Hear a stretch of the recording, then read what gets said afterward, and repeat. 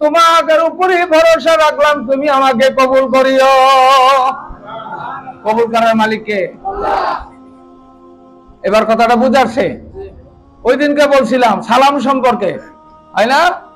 আমি বাড়ি থেকে যখন বের হয়ে যাই একটা ছোট্ট দোয়া কই, সবই কোন বুঝি জানা আছে?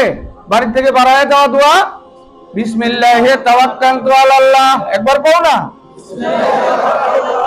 একবার বললাম বিসমিল্লাহে তাওয়াক্কালতু আলাল্লাহ। আল্লাহ ডাক দিয়া কয়, ও ফেরেশতারা, ওই বেলটাঘাট কানকার মধ্যে যারা বসে আছে তারা মসজিদ থেকে বের হয়ে যাওয়ার টাইমে বলছে বিসমিল্লাহি তাওয়াক্কালতু আলাল্লাহ।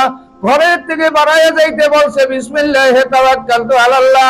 আমার উপরে দায়িত্ব দিয়ে গেল আল্লাহ, আমি তোমার কাছে সমস্ত কিছু অর্পণ করে চলে গেলাম।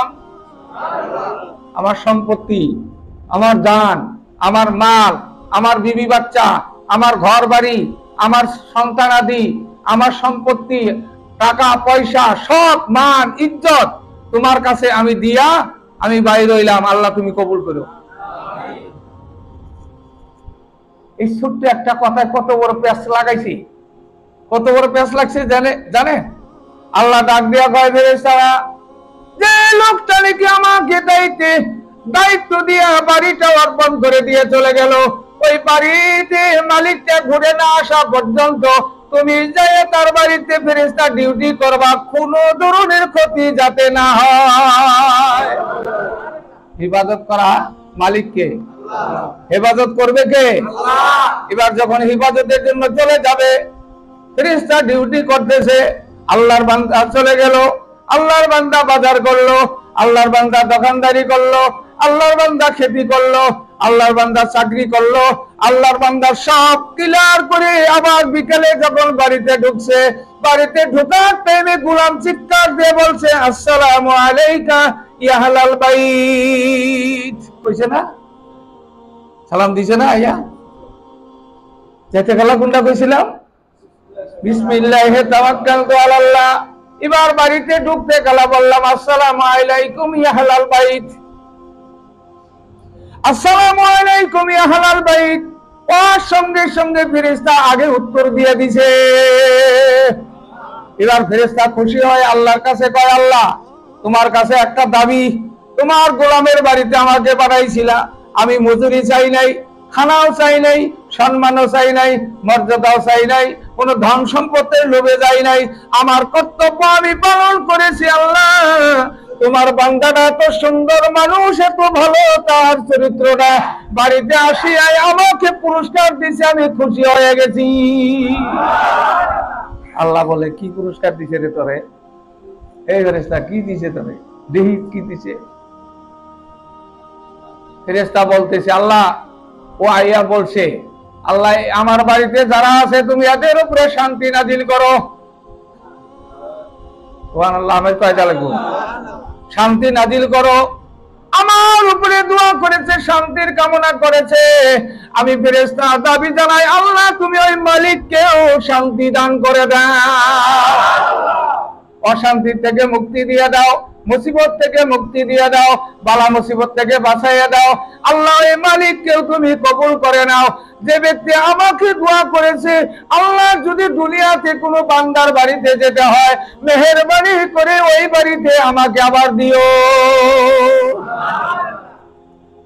আর যারা বলদ মার্কার মতন বাড়িতে ঢুকে, অমকের বেড়ি অমক, এখনো পারাস নাই,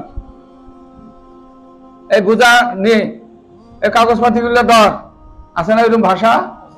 অমকের বেড়ি অমক, বুঝেন তো? কোন তো মধ্যে মধ্যে নাকি এই সবের কথাই দেখো, হয় না? হ্যাঁ,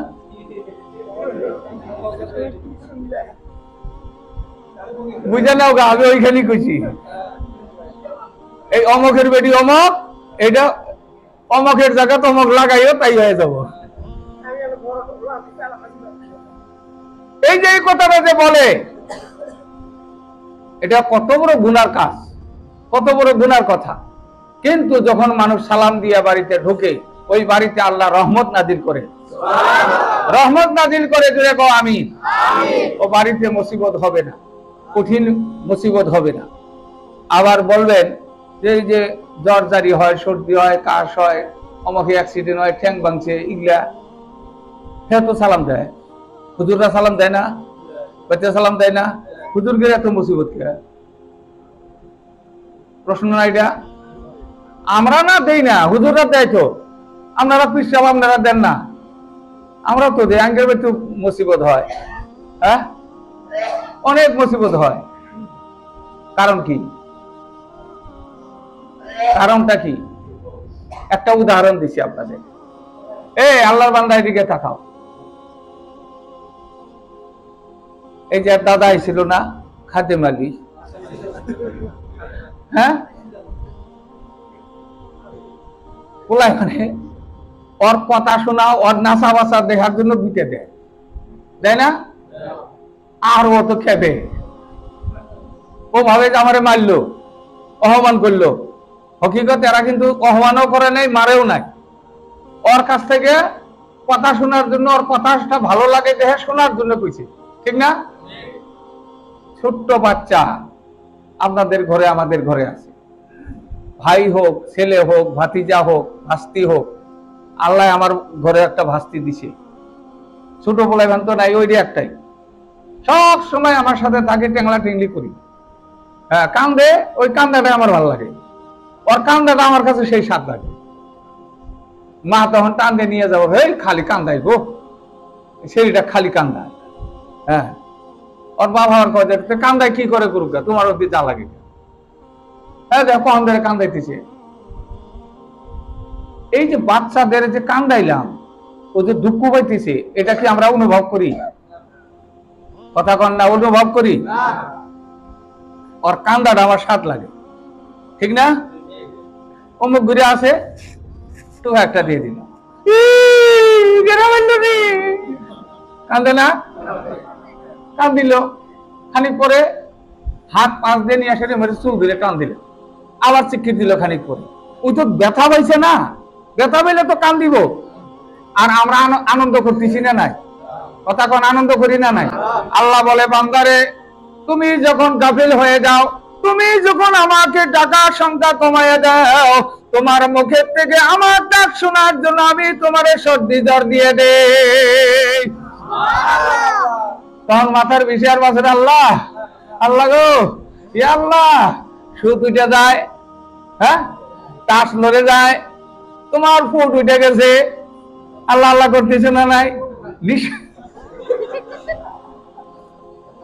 আইসো না হকিকতে ও আল্লাহর গোলাম, তোমার যখন পেটের বিষ ধরছে, সামান্য পেটের বিষ হয়েছে, তুমি কান্দো, আল্লাহ আল্লাহ করে ডাকতেছ, আল্লাহ আরশের থেকে চায়ে দেখে কয় ফেরেশতারে, দেখো আমার বান্দা আমাকে মুসিবতে কত ডাকে।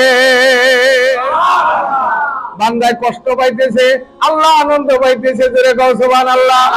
আল্লাহ বলে আমার মুমিনদের নিয়ে আমি খেলা করি, মাঝে মাঝে তাদের কঠিন কঠিন কিছু কিছু মুসিবত দেই, বেমার আজার দেই। আমার মুমিন যখন চিৎকার দেয়, ওই চিৎকারটা আমি আরশের থেকে ভালো পাই। তাহলে নারাজ হওয়া যাব? নারাজ হওয়া যাব?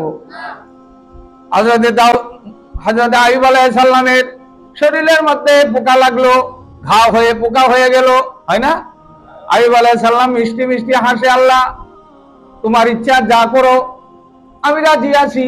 আল্লাহ বলে দেখো, এই শব্দ যদি কও আমি তোমারে মাফ করব না। গেছে কত বছর? 6 বছর।